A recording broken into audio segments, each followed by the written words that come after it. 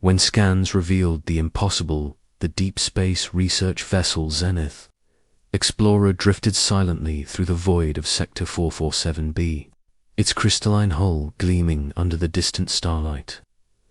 Commander Vextar stood at the central console, his scaled hands moving across the control surfaces with practiced precision. The Altarian had spent 3 decades mapping the galaxy's most dangerous worlds, but today's readings made his crest flatten with unease. "Commander," called Science Officer Quintal from her station, her voice carrying the musical tones of her species. "The planetary scans are problematic." Vextar's 4 eyes focused on the main display. The planet hanging before them defied every classification in the Galactic Survey database. Officially designated as Unclassified Hazard Zone 447b, the world had been flagged by automated probes as no living crew had ever attempted to study it up close. The atmospheric readings alone were enough to make seasoned explorers reconsider their career choices. Sulfuric acid concentrations that could dissolve their ship's hull in minutes. Electromagnetic storms that generated plasma lightning capable of vaporizing entire mountains. Gravitational anomalies that shifted unpredictably, creating zones where normal physics simply ceased to function. Navigation Officer Zelmuth Vextar commanded, his voice carrying the authority of countless dangerous missions. Maintain safe distance. Whatever force created this world clearly intended it to remain untouched. The young Kethlan officer nodded, his tentacles dancing across the navigation controls. "Aye, Commander. Keeping us at 30,000 kilometers. The gravitational shears are intense." Dr. Morick, the ship's xenobiologist, looked up from his analysis station with an expression of scientific bewilderment. "Commander, the biosignatures are impossible. The scanner detects life forms that appear to photosynthesize radiation, predators that seem to exist in a state of controlled plasma. And the vegetation." He paused, his translator struggling with the concepts. "The trees appear to be generating their own gravitational fields." Vextar approached the biological readouts, his scientific training warring with his survival instincts. The data suggested an ecosystem that had evolved in conditions that would kill most known life forms within seconds. Every species on the planet seemed designed to thrive in an environment that the Galactic Survey Corps had deemed incompatible with organic existence. "Sir," communications specialist Thyvan interrupted, her voice tight with confusion. "I'm detecting artificial signals from the planetary surface." The bridge fell silent. Artificial signals meant intelligence. Intelligence meant someone had not only survived on this nightmare world, but had established technological civilization. "Impossible," Vextar muttered. "Run a full spectrum analysis. Verify the readings." The results appeared on the main display moments later. Organized radio frequencies, structured data streams, and what appeared to be entertainment broadcasts filled the communication channels. Not distress calls from dying explorers, but regular, casual transmissions suggesting a thriving civilization. Commander Thyvan's voice cracked with disbelief. "Some of these signals are weather reports." "Weather reports?" Vextar's crest flared in confusion. "Yes, sir. Today's forecast includes Category 6 acid storms, gravitational flux events reaching 12 standard deviations, and a warning about increased plasma lightning activity. They're advising residents to use reinforced umbrellas and check their gravity boots." Dr. Morick's scanner beeped frantically. "Sir, I'm detecting massive artificial structures on the surface. Cities, transportation networks, agricultural complexes. They're not just surviving down there, they're thriving." The main view screen shifted to telescopic imaging. Through the perpetual chaos of plasma storms and gravitational distortions, they could make out impossible sights. Towering cities that bent and swayed with reality-warping storms, but never collapsed. Transportation tubes that seemed to surf gravitational waves like ocean currents. Vast agricultural domes that appeared to harvest energy directly from the planet's deadly atmospheric phenomena. What species could possibly evolve in these conditions? Quintal whispered, her musical voice carrying notes of awe and terror. Their answer came as another transmission reached their ship, this one directed specifically at them. Unknown vessel in orbit. This is Colony Control at New Harmony Station. Please identify yourselves and state your purpose. Fair warning, we're expecting a major gravitational storm in about 20 minutes, so if you're planning to visit, you might want to hurry. The atmospheric entry can get a bit choppy during flux events. Vextar stared at the communication console. The transmission was calm, professional, almost friendly, as if dealing with visitors was a routine occurrence rather than a miraculous survival against impossible odds. Run a database search on that designation, he ordered. New Harmony Station. The results made his blood run cold. According to the Galactic Survey records, New Harmony was established 47 years ago by human colonists. The entry was brief but shocking. Human settlement on previously unclassified world. Colonists reported planet as suitable for agricultural development despite preliminary survey warnings. Cross-reference human homeworld conditions, Vextar commanded. Though he dreaded the results, the data that appeared on screen defied belief. Earth, humanity's world of origin, was classified as a Class 14 death world. The classification system only went to Class 10. Earth's entry read like a catalogue of impossibilities. Weather systems that could generate city-destroying storms with hours of notice, geological activity that regularly reshaped continents, and an ecosystem where the dominant species had evolved by becoming the most efficient predators in a world full of apex killers. Sir Thyvan reported, her voice barely above a whisper. The humans are requesting permission to send a delegation to our ship. They say they're curious about our species and would like to establish diplomatic relations. They want to visit us. Vextar's crest flattened completely. In this gravitational chaos, another transmission crackled through their systems. This is Captain Sarah Chen of the New Harmony Transport Endeavour. We're preparing to launch and should reach you in about 15 minutes. Hope you don't mind the rough ride up. The gravity wells are being a bit temperamental today. Through the view screen, they watched in horrified fascination as something launched from the planet's surface. Not the careful, calculated launch of a conventional spacecraft, but something that seemed to surf the gravitational anomalies like a leaf riding a hurricane. The human vessel twisted and spun through impossible trajectories, somehow maintaining perfect control despite forces that should have torn it apart. They're flying through the gravitational shears, Zelmuth reported, his voice full of disbelief. Deliberately, they're using the anomalies to accelerate. Defensive systems online, Vextar ordered reflexively, though he wasn't sure what defense could possibly work against beings who considered this. Environment normal. The human ship approached. With impossible grace, its hull scarred but intact from countless journeys through the planet's deadly atmosphere. As it drew alongside the Zenith Explorer, a cheerful voice filled their communication channels. Permission to come aboard. We brought coffee and some local fruit. The gravity berries are particularly good this season, though fair warning, they do emit a mild electromagnetic field. Nothing harmful, just makes your hair stand up a bit. Vextar looked around his bridge at the faces of his crew.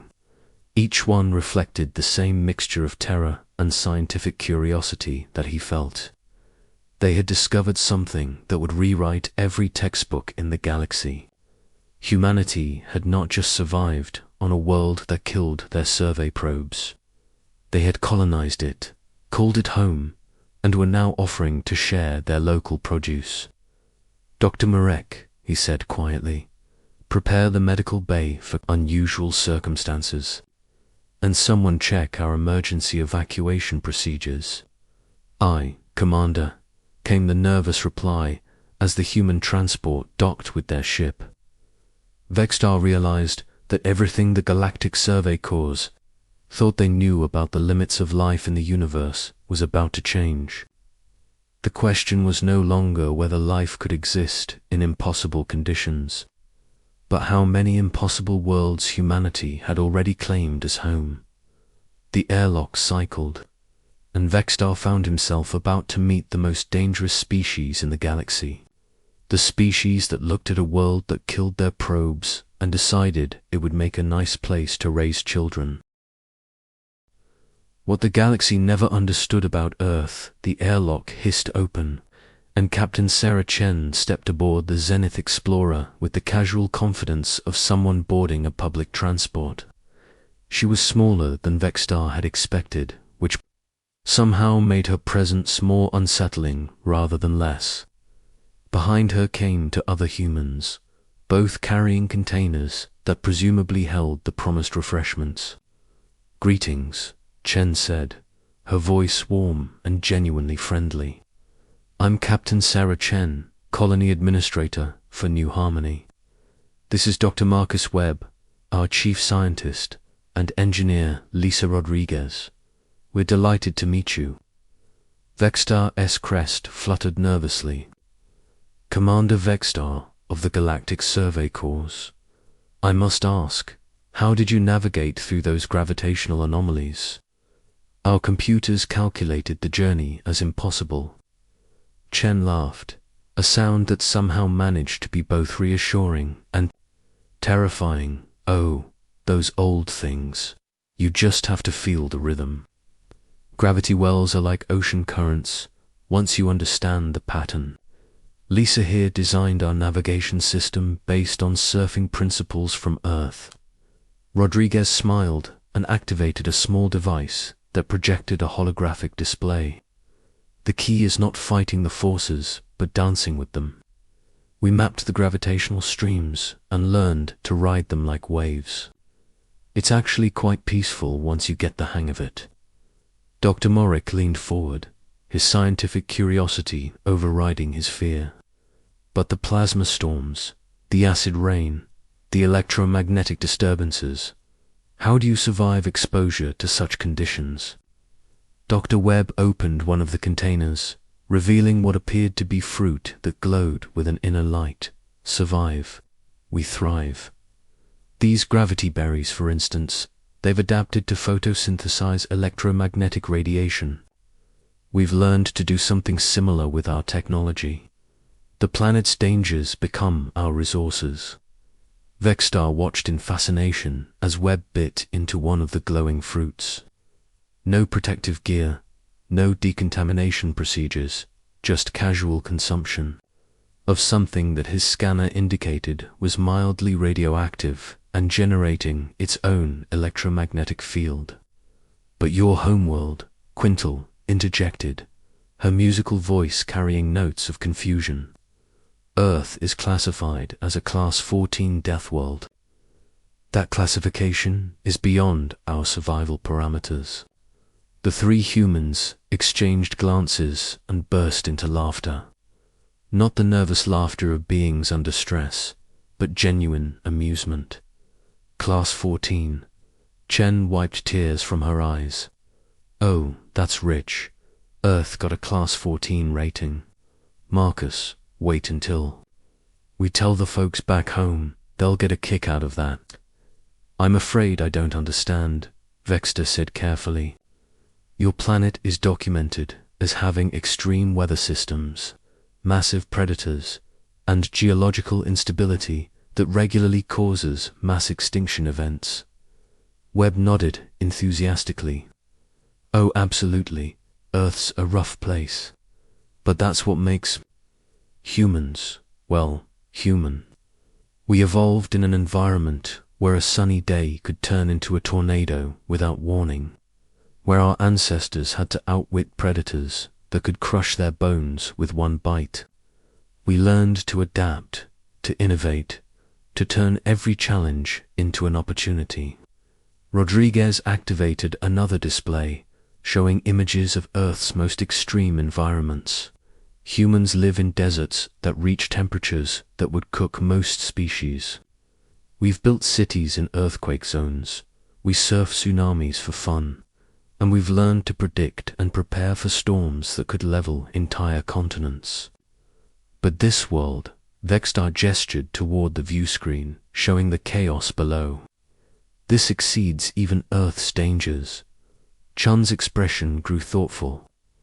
You know, when the first colonists arrived here, they said it reminded them of home. Sure. The gravity storms are more intense than Earth's tornadoes, and the plasma lightning is more spectacular than regular lightning, but the principles are the same. You learn the patterns, you build appropriately, and you adapt. Adapt. Dr. Morik's voice was barely a whisper. You've built cities that survive gravitational anomalies that would tear apart our strongest materials. Flexible architecture, Rodriguez explained, pulling up construction diagrams. We learned from earthquake engineering on Earth, but enhanced it for gravitational flux. Our buildings don't resist the forces, they dance with them. Think of them as structures that can exist in multiple dimensions simultaneously. Thyvan looked up from her communication station. Captain Chen, I'm detecting hundreds of similar energy signatures throughout this sector. Are there ... more human colonies? Chun's smile widened. Oh, you have no idea. New Harmony is just one of about 300 colonies in this sector alone. We specialize in what the Galactic Survey Corps calls unsurveyable worlds.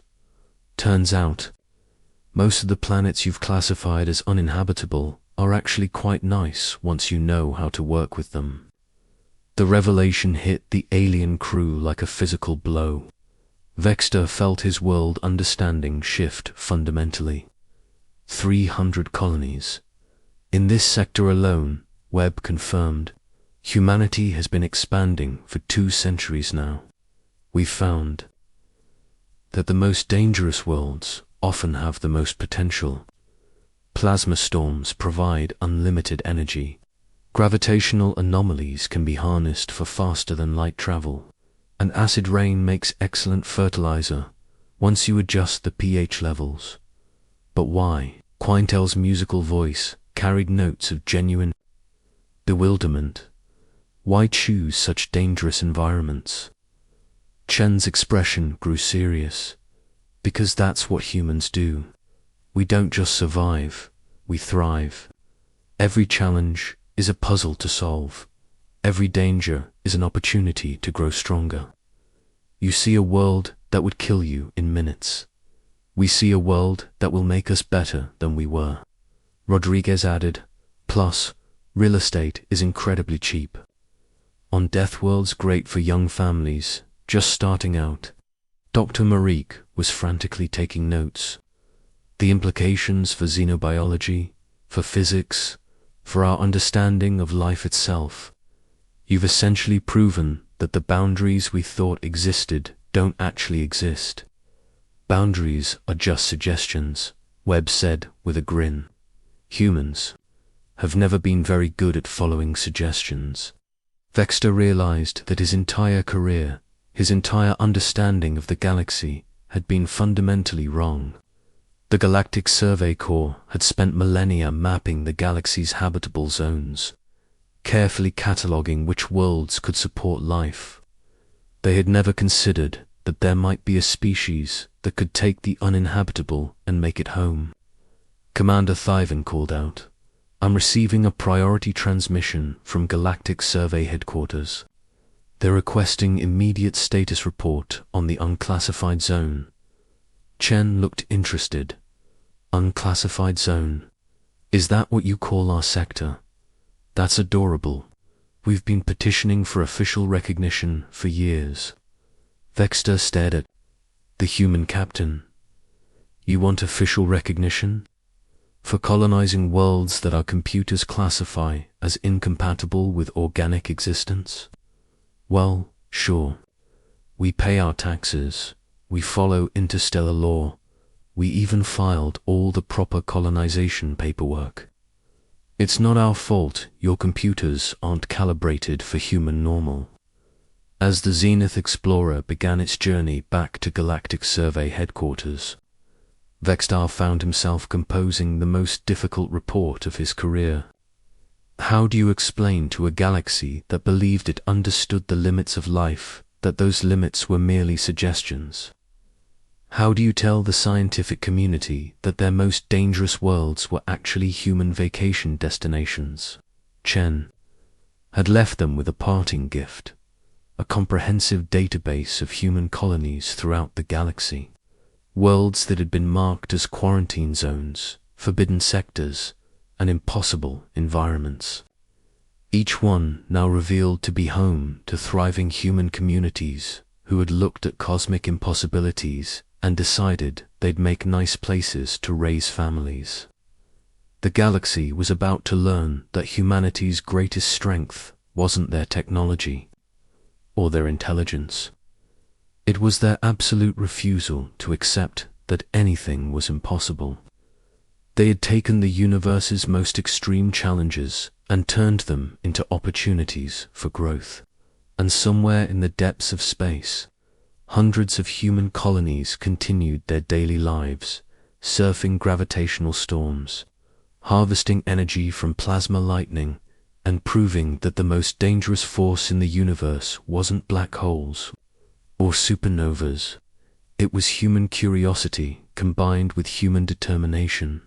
The galaxy would never be the same.